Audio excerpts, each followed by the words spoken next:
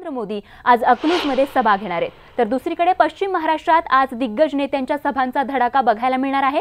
राज ठाकरे, शरद पवार, मुख्यमंत्री देवेंद्र फडणवीस आणि भाजपचे राष्ट्रीय अध्यक्ष अमित शहा या 4 नेत्यांच्या आज सभा पश्चिम महाराष्ट्रात होणार आहेत। तर आज सकाळी 10 वाजता सांगली जिल्ह्यातल्या तासगावमध्ये भाजपचे राष्ट्रीय अध्यक्ष अमित शहा यांची जाहीर सभा होणार आहे, तर दुपारी 2 वाजता सांगली जिल्ह्यातल्या जतमध्ये मुख्यमंत्री देवेंद्र फडणवीस यांची सभा होणार आहे। सांगली विधानसभा मतदारसंघातून विद्यमान खासदार संजय काका पाटील महायुतीचे उमेदवार आहेत आणि त्यांच्या प्रचारार्थ या सभा या ठिकाणी होणार आहेत। तर आज संध्याकाळी 7 वाजता कोल्हापूर शहरातील गांधी मैदानावर राष्ट्रवादी काँग्रेसचे अध्यक्ष शरद पवार यांची देखील जाहीर सभा होणार आहे। तर शरद पवार यांनी कोल्हापूरवर जास्त लक्ष केंद्रित केले, त्यामुळे वारंवार पवार हे कोल्हापूर दौऱ्यावर असल्याचे चित्र बघायला मिळते। तर आज रात्रीच 7 वाजता सातारा शहरात मनसे अध्यक्ष राज ठाकरे यांची सभा होणार आहे। तर सायंकाळी 6 वाजता शिवसेना पक्षप्रमुख उद्धव ठाकरे यांची मुलुख मैदानी तोफ गोरेगाव पश्चिम इथल्या लक्ष्मी या ठिकाणी त्यांची तोफ धडाडणार आहे, त्यामुळे हे नेते काय बोलणार याचीच उत्सुकता आता संपूर्ण महाराष्ट्राला लागून राहिली आहे।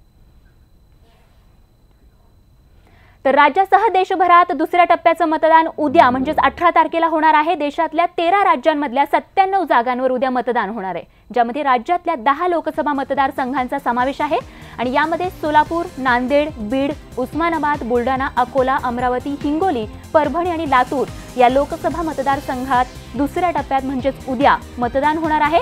त्यामुळे काल शेवटच्या दिवशी उन्हाच्या पाऱ्याबरोबर प्रचाराचा फीवरही वाढला होता, मात्र संध्याकाळनंतर इथला प्रचार थांबला। सोबतच या 10ही मतदारसंघातल्या मतदान केंद्रांवरती आता निवडणुकीची लगबग सुरू झाली आहे।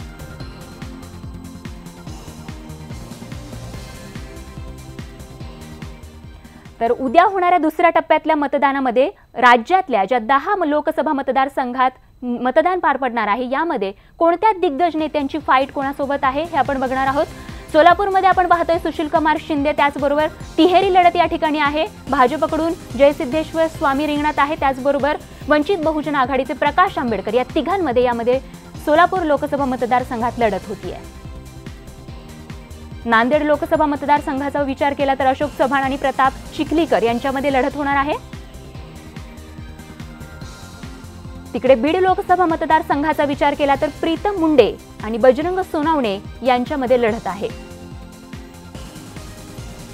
उस्मानाबाद लोकसभा मतदारसंघात महायुतीचे उमेदवार ओमराजे निंबाळकर आणि महाआघाडीचे उमेदवार राणा रणजितसिंग पाटील यांच्यामध्ये लढत आहे।